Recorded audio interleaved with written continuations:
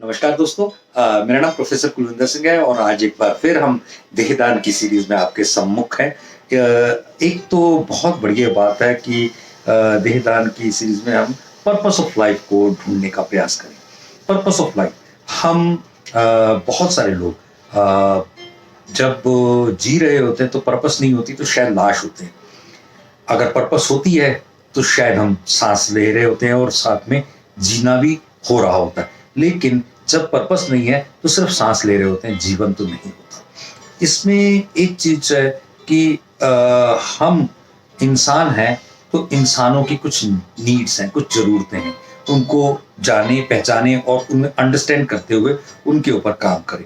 बहुत सारे लोग, आप किसी अस्पताल में जाकर देखिए तो आपको इतनी लंबी लिस्टें मिलेंगी जो किसी ना किसी हार्ट, किडनी, लंग्स या ब्लैडर, कितने अंग हैं जो शरीर के उनके किसी न किसी कारण से खराब हो गए हैं और अब उसका रिप्लेसमेंट चाहिए। और ऐसा रिप्लेसमेंट, हाँ, एक चीज बहुत इंपॉर्टेंट यहाँ पे बताना चाहूंगा कि इस पूरी प्रक्रिया में व्यापार नाम की चीज भारत में बहुत पहले बहुत लोगों ने गड़बड़ की है, लेकिन अब इतने सख्त कानून हो गए हैं, इतने सख्त कानून हो गए हैं, किसी तरह की कोई गड़बड़ पॉसिबल ही नहीं है।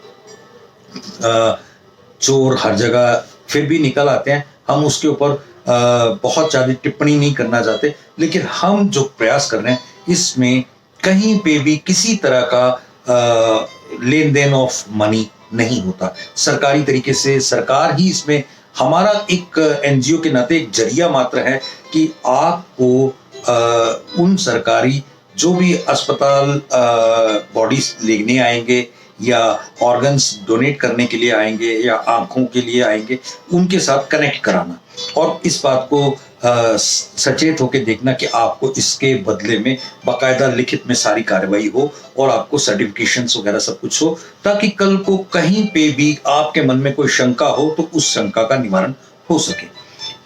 एक और चीज समझ लीजिए कि भारत के प्रधानमंत्री ने, राष्ट्रपति ने, उपराष्ट्रपति ने इस पूरे प्रक्रिया को अलग अलग समय पर पूरा भारी मन से, भारी उत्साह से सहयोग दिया है। भारत के राष्ट्रपति महामहिम जो कोविंद जी हैं, उनकी जो पत्नी है, first lady of the India, उन्होंने चाहा कि हम देहदान करें और ऐसे में आलोक जी को बुलाया गया। आलोक जी ने कहा कि इसे आप किसी कार्यक्रम में करें तो ज़्यादा अच्छा रहेगा, तो हम एक कार्यक्रम करते हैं, उसमें आप आके करें। नहीं, अगर कार्यक्रम ही करना है तो राष्ट्रपति भवन में करिए। और राष्ट्रपति भवन में बहुत सारे डिग्निटरीज के साथ 500 से ज़्यादा डिग्निटरीज थे, बड़े बड़े अच्छे वॉलंटियर्स हमारे साथ गए थे, अखबारें थी, सब कुछ था और हमने ये प्रोग्राम किया था। और उसमें कमाल का, अभी रिकॉर्डिंग भी अवेलेबल है हमारी साइट पर, आप देखेंगे तो राष्ट्रपति भी कैसे इस चीज के लिए हमें प्रेरित करते हैं। देखिए, एक राष्ट्राध्यक्ष का काम ही यही है कि जो कोई अच्छी चीज हो रही है उसमें वो अपना कहते हैं ना, योगदान डालें। और हम कैसे किसी के लिए प्रेरणा स्रोत बन सकते हैं। देखिए, मैं ऐसे एक ऑर्गेनाइजेशन को भी जानता हूं जिन्होंने वहां पर शिरकत की राष्ट्रपति भवन में, और ये बताया था कि मेरे हृदय में, मेरे दिल, मतलब छाती में जो हृदय धड़क रहा है वो मेरा नहीं है। ये भी किसी ने मुझे जान बचाने के लिए दिया था और वो व्यक्ति जब चला गया तो उसका हृदय मेरे हृदय में धड़क रहा है। आप देखें कितनी बड़ी बात है। और वो, उसने अपना पूरा बाकी का जीवन, अभी कुछ ही समय पहले उन महानुभावा लेडी का देहांत हुआ, उनके हृदय में ये था, तो उन्होंने पूरी दुनिया के लिए बहुत सारा ऑर्गन डोनेशन का काम किया। बेसिकली हम ये क्यों और कैसे कर रहे हैं, इसका एक और चीज छोटा सा, कि हम ना ये कहें कि मेरी आंखें मेरे ना रहने के बाद भी किसी और की आंखों के जरिए से मैं संसार को देख सकूं।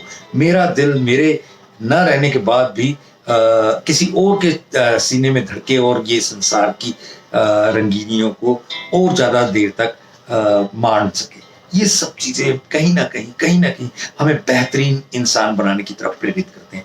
इतना ही काफी है। इतना ही बहुत है अगर हम ये सब चीज़ें करने के लिए उत्सुक हैं। और मेरा तो मानना है कि पर्पस ऑफ लाइफ होना ही चाहिए, मिशन ऑफ लाइफ, जिससे ना तो थकान होगी और जुनून के साथ आप जीते हैं और आपको लगता है कि ये इस जीने का कोई ना कोई अर्थ है और इस जीने में कहीं ना कहीं कोई ना कोई हम किसी के काम आ रहे हैं। तुम बेसहारा हो तो किसी का सहारा बनो, तुमको अपने आप ही सहारा मिल जाएगा। और ऐसा गाने वैसे नहीं बने। Thank you.